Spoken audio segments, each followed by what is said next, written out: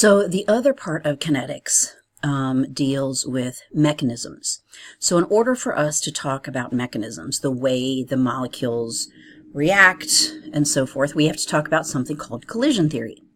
So there are three conditions necessary for a chemical reaction.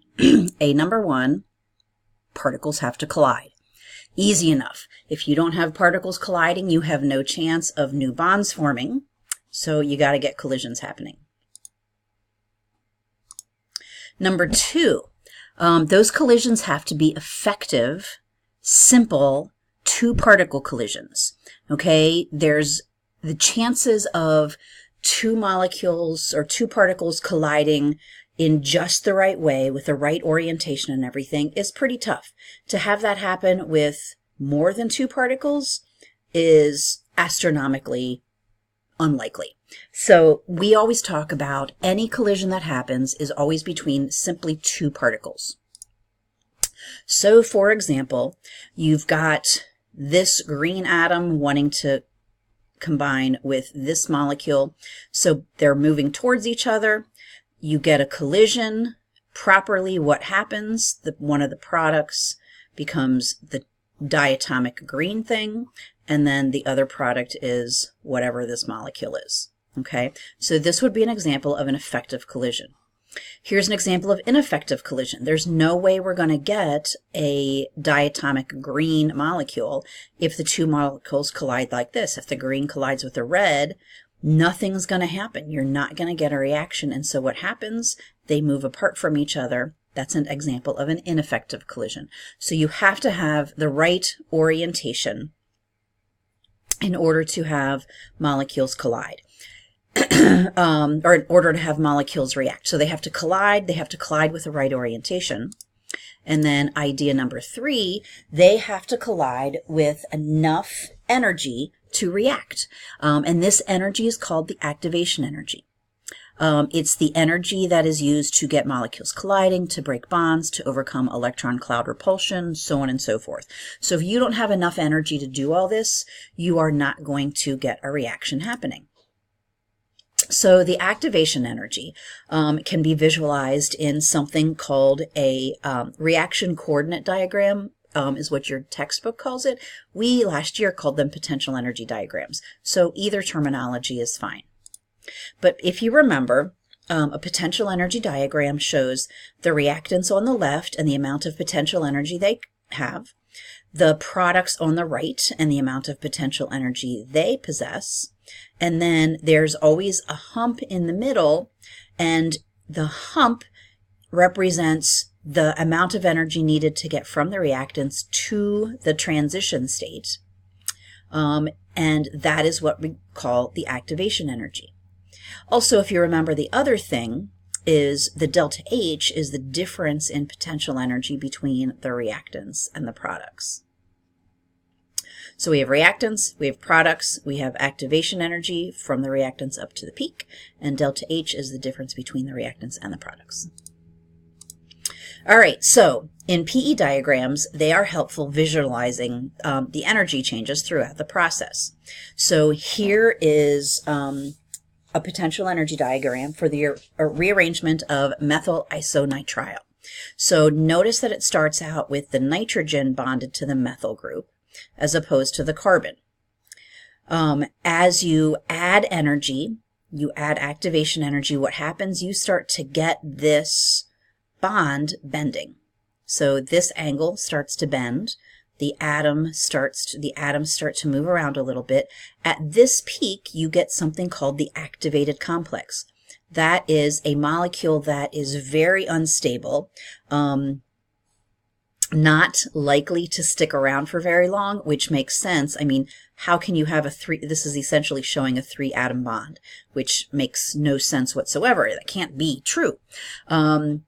So very quickly, what happens? The atoms continue to rotate until you get carbon making the bond instead of nitrogen. And in the end, you still wind up with a linear molecule, but now with carbon as the central atom, as opposed to nitrogen as the central atom. So you can get the delta H, here they call it delta E, but for all intents and purposes, delta H. the activation energy, reactants, products, activated complex. Remember that the activated complex, because it's unstable, is always at the highest point. You are actually going to see that if the reactions are more complicated, when we start looking at mechanisms, what simply was one peak before can actually start to turn into multiple peaks if we have a really complicated reaction. So you're going to see that a potential energy diagram can look a little more complicated than this. So, question for you. Here's the reactants, here's the products. What's my delta H, positive or negative? Does this show me an endo or an exothermic process? Think about it for a second. Hopefully you have concluded that it's exothermic. The potential energy of the reactants is greater than the potential energy of the products. So energy has to be released in order to get from left to right side. All right. So like we said, this is all out of order. The reaction coordinate diagram shows the energy of the reactants and the products. It shows you the delta H. The high point represents the transition state, the activated complex. And then the species at the transition state is called the activated complex. The energy gap between the reactants and the activated complex is the activation barrier. That's the energy of activation. That's how much energy is required to get the reaction started. So you can imagine if we have different shaped potential energy diagrams, we can have reactions that happen faster or slower. So here you've got a delta H that's 15. Here you have a delta H that's 25. Here you have a delta H that's 20. So what one's going to be fastest? What one's going to be slowest? Well, the one with the smallest hump, the one with the smallest activation energy is going to be fastest. The one with the biggest activation energy is going to be the slowest one. But that's for the forward reaction. What about the reverse reaction? It depends. Again, you have to readjust. So think which one has the smallest potential energy going backwards. This guy has the smallest activation energy going backwards. So this would be the fastest in reverse. This would still be the slowest in reverse because that's a big hump you have to get over. Oy. All right, so let's take a look at the effect of temperature on the rate. Hopefully it's apparent to us that the rate of the reaction increases with increasing temperature. You measured that when you did the one activity. The more collisions you have, the more chances for reactions happening, the more quickly it's going to take place. Okay, so how does temperature translate into the rate expression? So let's take a look at this same reaction that we just saw the potential energy diagram for. Okay. The rate constant actually increases with increasing temperature. So the more molecules you have with the activation energy, the faster that reaction can take place, which means the rate constant is actually going to change. The rate constant is going to increase. So here's an example of, you can see as we increase the temperature of that reaction we were looking at, the rate constant actually starts getting larger. So why is that? Well, if you think about the Maxwell-Boltzmann distribution curves, we've seen these before, the kinetic energy distribution curves. It's going to help support why temperature increases the rate of the reaction.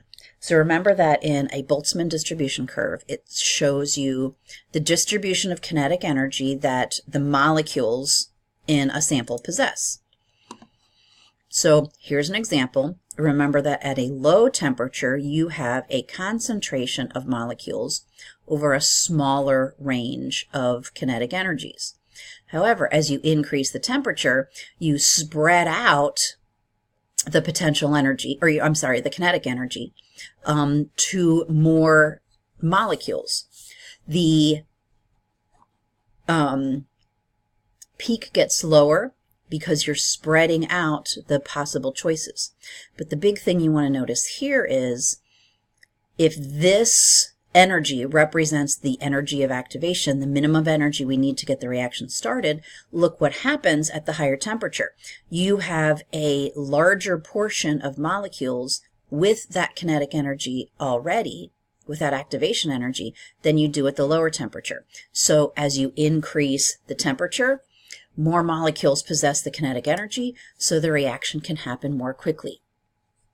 So remember, temperature is defined as the measure of average kinetic energy, and at any temperature, there's a wide distribution of kinetic energies. Thus, at higher temperatures, a larger population of molecules have higher energies, like we saw here. Oh, wait, that's out of order. All right, so if this dotted line represents the activation energy, as the temperature increases, so does the fraction of the molecules that can overcome the activation barrier. So, said all of that stuff in these last couple slides in the first slide. So as a result, the reaction rate goes up. So we can also use the Maxwell-Boltzmann distribution curve to take a look at, or to calculate the fraction of molecules that can be found throughout. And so the fraction is the F. That's equal to, so we're talking about natural log functions here. Then the inverse natural log of energy of activation divided by gas constant divided by T. So activation energy is E sub A, R is the gas constant, T is the temperature in Kelvin. So we can use this to figure out what fraction of the molecules actually are going to possess that kinetic energy or greater. So for example, you've got a reaction that has an activation energy of 100 kilojoules at 300 Kelvin. What fraction is going to have that enough kinetic energy to do that? Well, here's the activation energy. Make sure your units work out okay.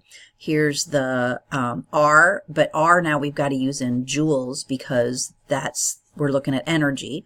So 8.314 joules per kmol. At a temperature of 300, we've got about 3.9 times 10 to the negative 18 fraction of molecules that have that energy. Now, what if we increase the temperature by 10 degrees? We go to 310. Okay, redo the calculation. We get 1.4 times 10 to the negative 17. We get quite a jump there by just a 10-degree change. So we've increased the minimum activation energy by a factor of 3.6, or the number of molecules that have the minimum activation energy by a factor of 3.6. So not that this is often used, but it's a way for you to kind of get an idea of how many molecules are involved. All right, we're going to pause here, continue the conversation in the next video about potential energy, or I'm sorry, activation energy.